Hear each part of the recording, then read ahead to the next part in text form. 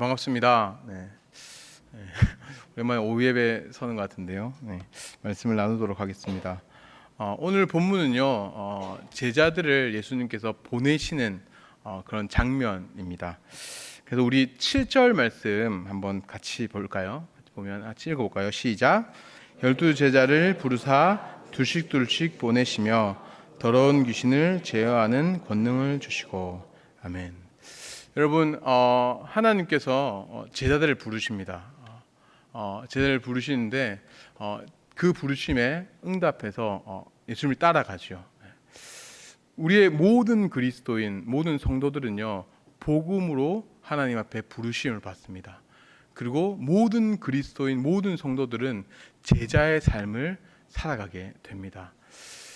이것은 어떤 믿음이 적은 사람은 제자가 아니고 어떤 양육이 거치면 제자다가 아니라 예수님을 믿을 때, 예수님을 구주로 영접할 때 바로 제자의 삶으로 들어가는 거예요. 그런데 예수님께서 제자들을 부르시자마자 바로 둘씩 보내시고 계십니다.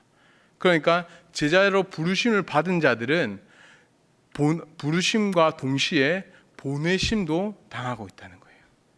여러분, 이 둘은요, 절대로 떨어질 수 없는 관계예요. 스스로 나는 하나님 앞에 믿고 그분이 나를 구원하셨다라는 것을 믿습니다. 그분이 나를 사랑하는 것을 믿습니다. 라고 말하면서, 그렇지만 나는 다른 사람들을 희생하고 섬기도록 보내심은 받지 않았습니다. 라고 말할 수는 없는 거예요. 모든 제자들은요, 하나님의 부르심을 받는 동시에 보내심을 받습니다. 이것은 같이 이루어집니다. 특별히 우리가 알고 있는 아브라함도 마찬가지죠. 아브라함이 어떻게 하죠? 12절 1절에 보면 이렇게 나옵니다.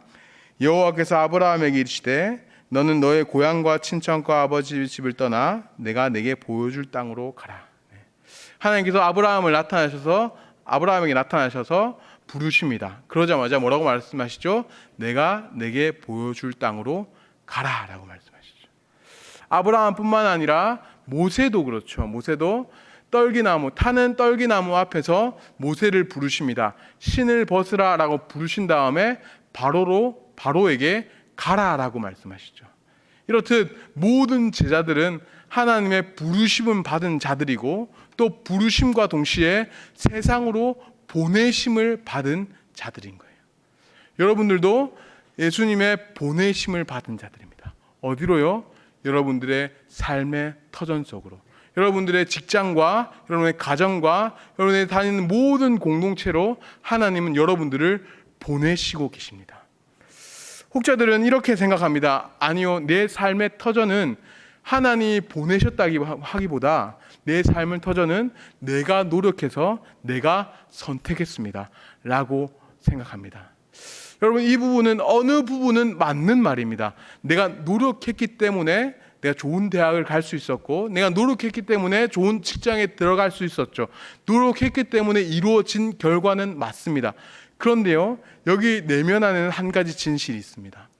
하나님께서 뿌린데도 거두는, 노력한 것에 대해서 열매를 맺게 하시는 하나님의 뜻이 있었기 때문에 그 터전을 일궈낼 수 있었다는 거예요. 이것을 반대로 이야기하자면 하나님의 뜻이 아니었다면 아무리 노력해도 그 일들은 이루어질 수 없었다는 거예요. 여러분, 잘 생각해 보십시오. 제가 이렇게 생각한다고 생각합시다.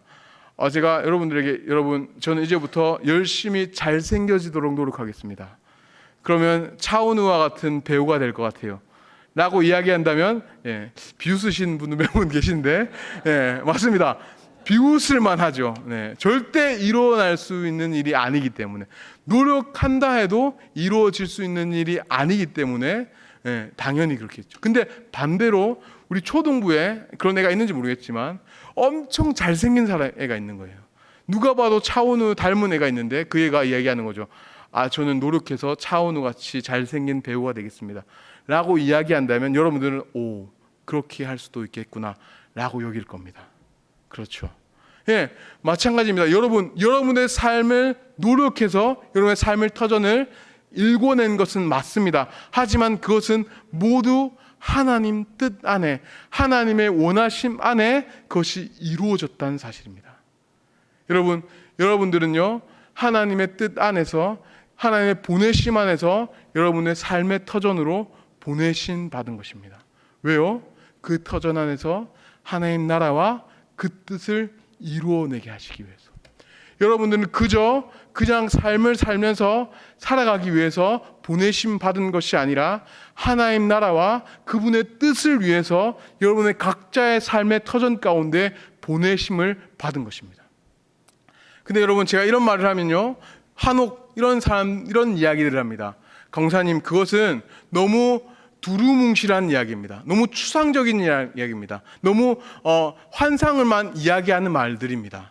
지금 사실 이 세상을 진짜 알면 그런 말을 할 수가 없어요. 얼마나 삶을 살기에 팡팡한지 아십니까? 하루하루 삶기도 너무나도 힘든 시대입니다 라고 말하죠. 그래서 내가 어느 정도 안전해지고 어느 정도 내 삶이 다져지고 난 다음에 그 다음에 하나님 나라를 생각하겠습니다. 그 전까지는 내 삶을 위해서 조금 살아가겠습니다 라고 말합니다. 여러분, 그 말에 충분히 공감할 수 있습니다. 여러분, 우리의 삶은 그렇게 쉽지 않습니다. 집값은 계속 올라가고 있고 많은 사람들이 이혼하고 있습니다. 그래서 내 가정을 잘 지킬 수 있을 것인가, 내가 발 뻗고 잘 수 있는 집은 있는 것인가 라는 두려움과 여러 가지 확신 없는 불안정한 삶을 살아가기도 합니다. 그러나 여러분, 이것을 통해서 우리에게 말해주고 있는 이스라엘 백성들이 있습니다. 여러분, 이스라엘 백성들은요, 하나님께서 애굽 땅에서 이스라엘 백성들을 구원해 내셨습니다. 구원해 내시고 광야를 지난 다음에 가나안 땅 안으로 들어가는 것이 하나님의 뜻이었어요.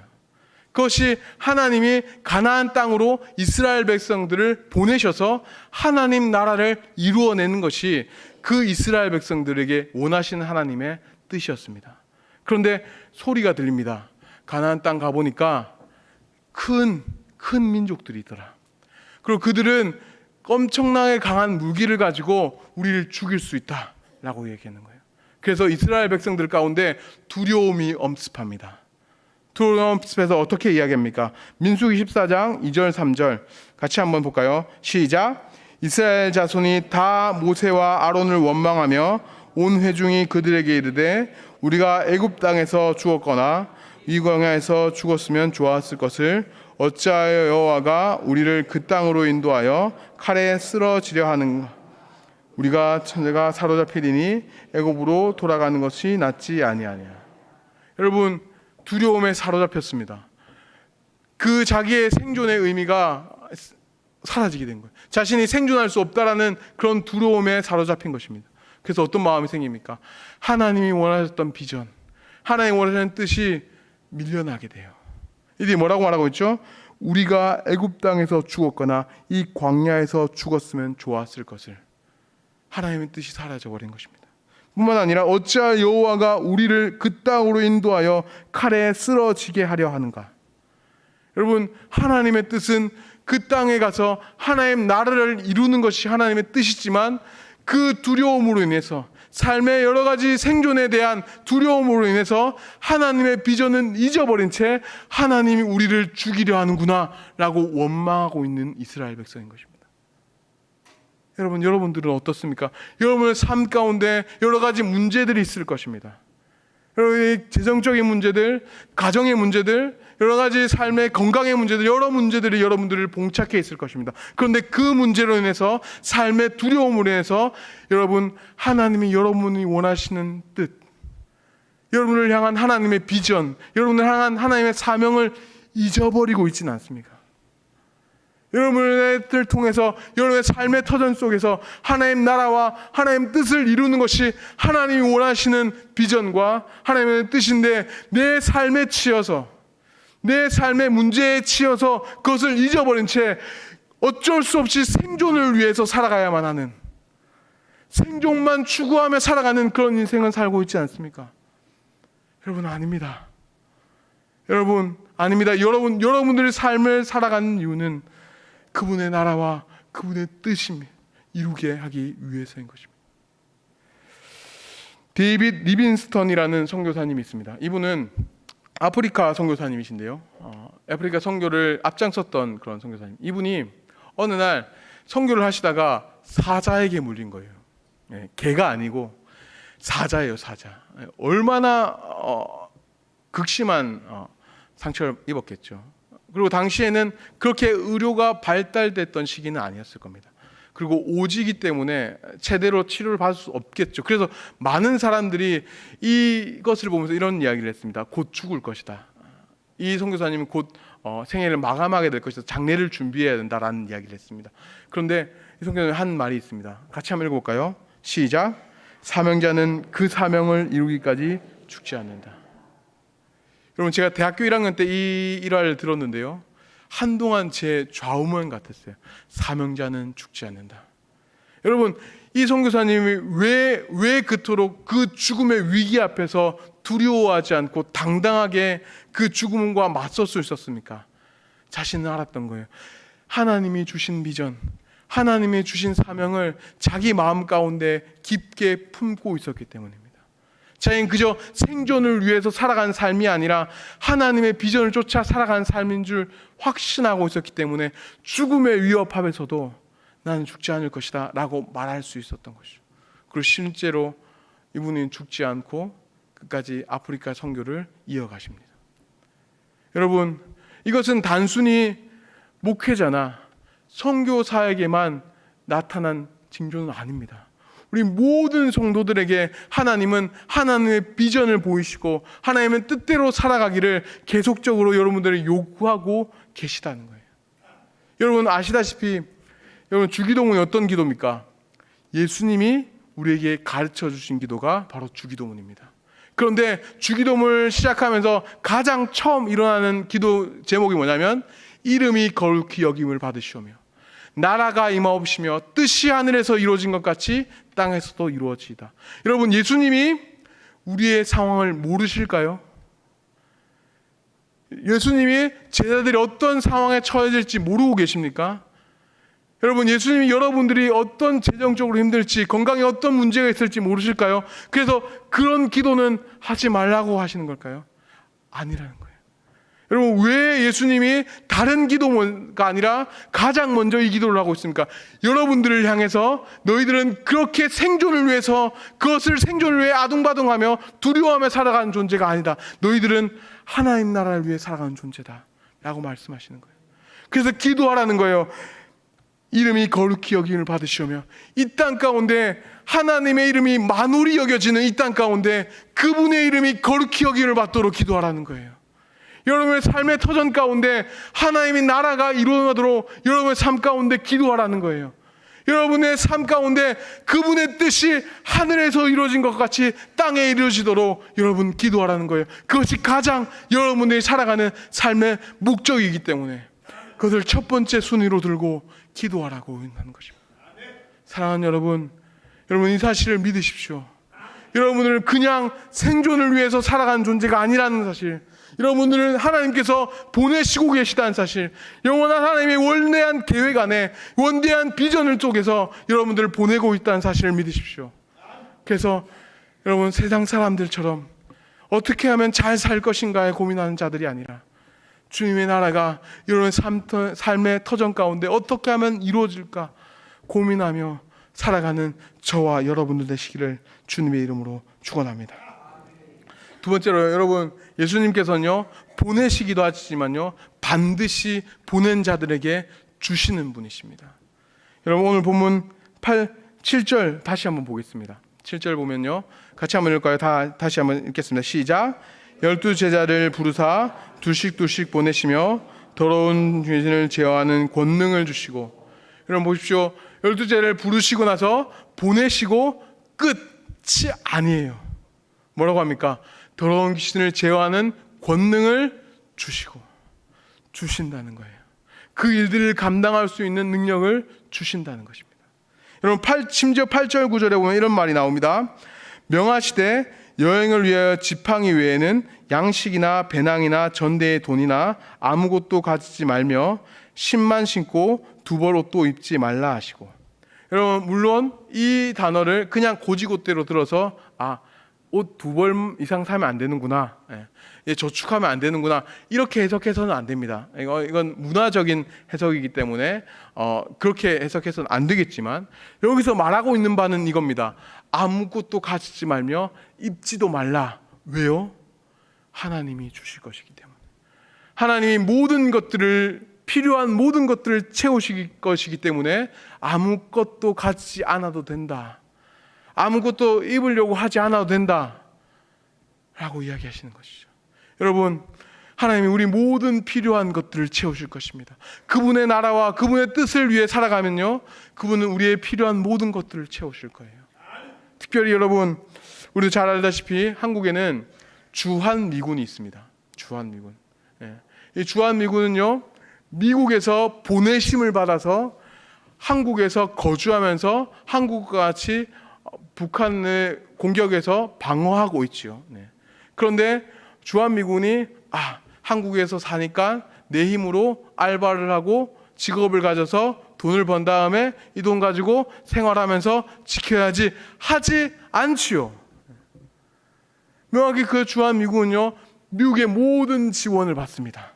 월급도 받고요, 그들이 생활할 수 있는 모든 환경을 조성되어집니다. 심지어 향수병에 걸릴까봐 미국처럼 이렇게 만든다고 해요. 왜요?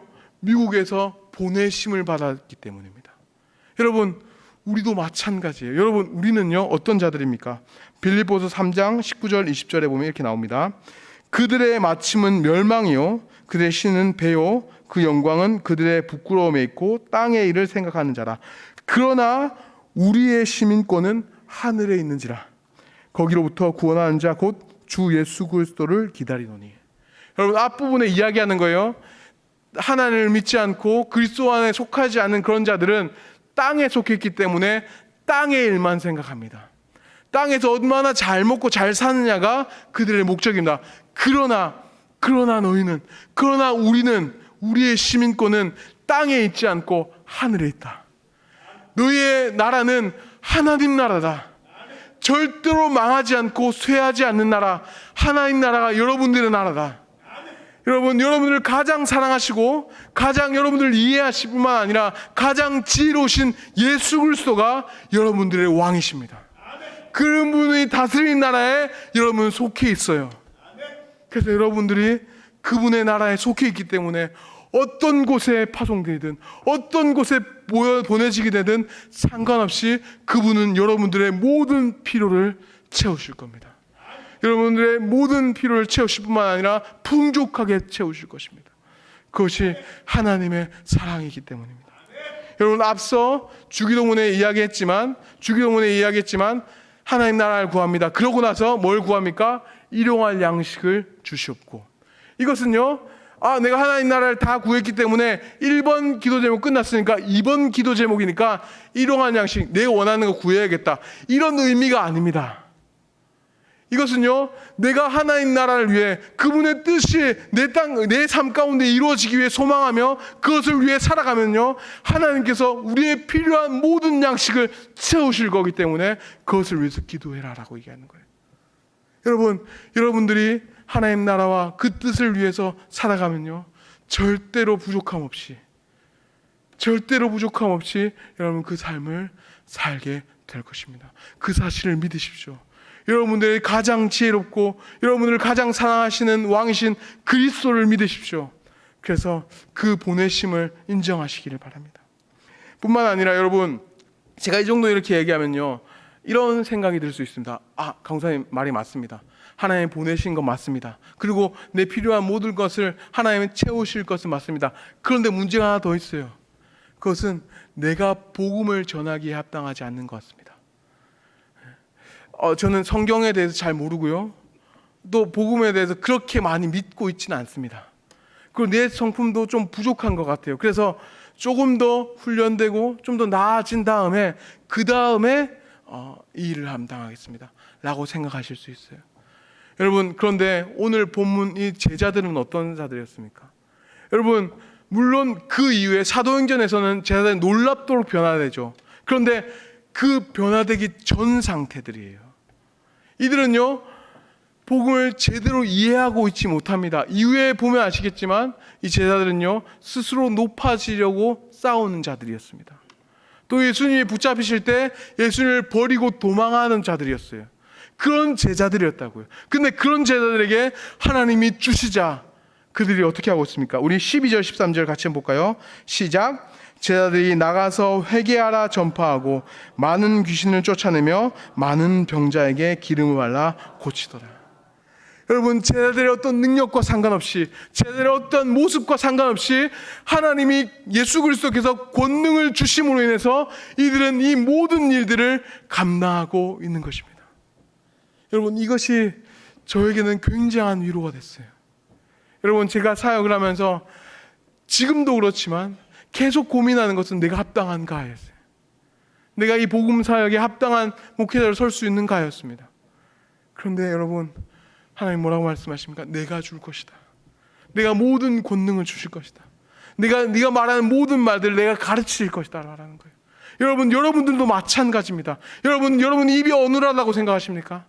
여러분, 내 안은 건강이 부족하다고 생각하십니까? 내가 나이가 너무 많은 것 같다라고 여기십니까? 여러분, 내 성격이 너무 모질라서 안 될 것 같다고 여기십니까? 아니요. 여러분을 통해 이루어내게 하실 것입니다. 여러분을 통해 일하실 것입니다. 여러분, 부족한 것들이 있다 할지라도 협력하여 선을 이루어 가셔서 반드시 여러분을 통해서 하나님 나라와 그 뜻을 이루어내실 것입니다. 여러분, 그 사실을 믿으십시오. 그 사실을 믿어서 끝까지 여러분의 삶을 그저 먹고 마시는 데가 아니라 하나님 나라와 뜻을 위해 살아가는 저와 여러분들 되시기를 주님의 이름으로 축원합니다. 여러분, 마지막으로 여러분과 함께 나누고 싶은데요. 여러분, 마지막으로요. 여러분, 곰곰이 생각해 봅시다. 사실요, 예수님께서 제자들을 보내고 계세요. 근데 잠깐 생각해 보면 사실 제자들을 보낼 필요가 없습니다. 그렇죠. 언젠간 배신하고 복음도 잘 모르는 그런 자들 보내봐서 뭐 합니까? 그냥 예수님 가셔서 그냥 복음 전하시면 더 효과적일 거예요. 맞죠?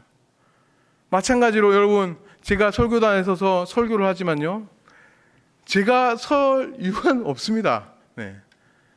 제가 이야기하면 어떤 분들은 그냥 저 강사님 말이지 뭐 이렇게 하고 받아 넘기실 수도 있지만, 만약에 하나님이 직접 예배 가운데 등장하셔서 하나님이 직접 말씀하신다 하면 더 효과적이게 저건 하나님 말씀이야 라고 받아들이지 않겠습니까? 네. 여러분들의 삶 가운데에서요, 여러분 복음을 전하고 하나님의 뜻을 이루지만 사실 직접 하나님이 나타나셔서 그들 가운데 말씀하시고 그들을 돌이키면 더 효과적이게 하실 수도 있어요. 그렇죠? 사실 하나님 보내실 필요가 없어요. 근데 왜 도대체 하나님은 우리를 보내고 계신 겁니까? 왜 저 같은 존재를 강대상에 세우시고 말씀을 전하고 계시는 걸까요? 그 이유가 뭘까요? 그 이유에 대해서 한번 생각해 봤으면 좋겠습니다. 여러분, 예수님이 죽으시고 부활하신 다음에 승천하십니다. 그리고 이제 비로소 제자들은 예수님의 보내심을 받아서 여러 가지 사역들을 감당해내기 시작합니다. 말씀을 전하고요, 표적을 일으키고요, 병진 자를 고칩니다. 여러분, 그리고 대적자인 대제사장들과 그 사두개인 앞에 서서 변론하며 서로 다툼을 벌입니다. 여러분, 이 모습은 어떤 모습과 비슷합니까? 예수님과 비슷합니다. 심지어 여러분, 사도행전 7장 60절 한번 같이 읽어볼까요? 시작. 무릎을 꿇고 크게 불러 이르되 주여 이 죄를 그들에게 돌리지 마옵소서, 이 말을 하고 자니라. 여러분, 이 장면이 어떤 장면이냐면 스데반이 돌에 맞아 죽을 때, 돌에 맞아서 순교할 때 저 돌을 던지는 자들을 향해서 기도하는 거예요. 주여 이 죄를 그들에게 돌리지 마옵소서. 근데요, 이 기도가 무엇과 비슷할까요? 우리 누가복음 23장 34절에 보면 이렇게 나옵니다. 이에 예수께서 이르시되 아버지 저들을 사하여 주옵소서, 자기들이 하는 것을 알지 못함이니이다 하시더라. 그들이 그의 옷을 나눠 제비 뽑을세. 여러분, 하나님의 보내심 받은 자들이 누구와 닮아져 가고 있습니까? 예수 그리스도와 닮아져 가고 있습니다. 그분의 영광스러운 사랑을 똑같이 표현해내며 그 삶을 살아가고 있어요. 이 뜻이 무엇일까요? 여러분, 그분은 사실 그분 혼자 스스로 모든 일을 감당해내실 수 있었어요. 그런데 왜 우리를 보내시냐면요, 우리를 그리스도와 닮은 놀라운 영광스러운 존재로 만들어 가시기 위해서입니다. 여러분, 우리는 앞서 말씀드렸다시피 그저 먹고 마시고 조금 더 다른 사람보다 조금 더 우월한 삶, 조금 더 좋은 집, 좋은 차, 좋은 옷을 입으면서 그것을 먹다가 그냥 죽어버리는, 그냥 조금 살다가 몇 년 살다가 끝나버리는, 그 이후에 아무도 생각하지 않는 그런 삶을 위해 우리를 부르신 것이 아닙니다. 하나님 우리를 부르신 것은 예수 그리스도만큼 영광스러운 존재로, 예수 그리스도만큼 놀라운 영광스러운 존재를 만들어 가시고 결국 그 영광을 받게 하시기 위해서 여러분들을 부르신 것입니다. 결코 하나님이 부족해서 여러분 부르실 게 아니에요. 여러분 그 삶을 살아갈 때, 여러분을 보내심을 쫓아 여러분 살아갈 때요, 여러분 정말로 영광스러운 존재가 될 것입니다. 그리스도처럼, 그리스도가 받으신 그 영광에 여러분을 참여하게 될 것입니다. 디모데후서 2장 7절 8절에 보면 이런 말씀 나옵니다. 넘겨주십시오. 나는 선한 싸움을 싸우고 나의 달려갈 길을 마치고 믿음을 지켰으니 이제부로는 나를 위하여 의의 면류관이 예배되었으므로 주 곧 의로우신 제사장이 그날에 내게 주실 것이며 내게만 아니라 주의 나타나심을 사모하는 모든 자에게로다. 여러분, 주님의 나타나심을 사모하며 그분의 나라와 그분의 뜻을 이루어지기를 소망하며 그 삶을 내어드린 모든 자들은요, 바울이 받았던 그의 의의 면류관처럼 그 의의 면류관을 여러분 가운데 씌워질 것입니다. 반드시 그분이 다시 오셔서 여러분을 가장 영광스러운 자로, 의의 면류관을 세우셔서 가장 영광스러운 자로 여기실 거예요. 여러분 반드시 그 일이 일어날 것입니다. 여러분 청년들에게 이런 이야기를 했습니다. 여러분 예수님이 다시 오실 거예요. 이 땅 가운데 왕으로 반드시 다시 오실 것입니다. 그때 하나님, 저는 시그니엘 살려고 살다가 왔습니다. 하나님, 저 페라리 끌고 싶어서 열심히 돌보다 왔습니다. 하나님, 저 좋은 실버타운 지내다가 평안히 살다 왔습니다 라고 말하는 자가 되시겠습니까? 아니면 하나님, 비록 어려웠지만 눈물과 아픔이 뒤섞이는 가시밭이었지만 하나님 나라와 그 뜻이 이루어지기를 소망하며 달려왔습니다. 하나님 의의 면류관 주신다는 확신을 가지고 그 길을 왔습니다 라고 말하면서 그분 앞에 서시겠습니까? 사랑하는 여러분, 후자가 되시길 소원합니다. 우리 모든 성도들은 그저 하나님 이 인생에 안주하기 위해 평안한 삶을 살기 위해 살다 온 자들이 아니라 어렵지만 가시밭이지만 하나님 눈물이 흐르고 아픔에 뒤섞이는 그런 길이지만 주님 위에 살다 왔습니다 고백하는 여러분들 되시기를 주님의 이름으로 축원합니다.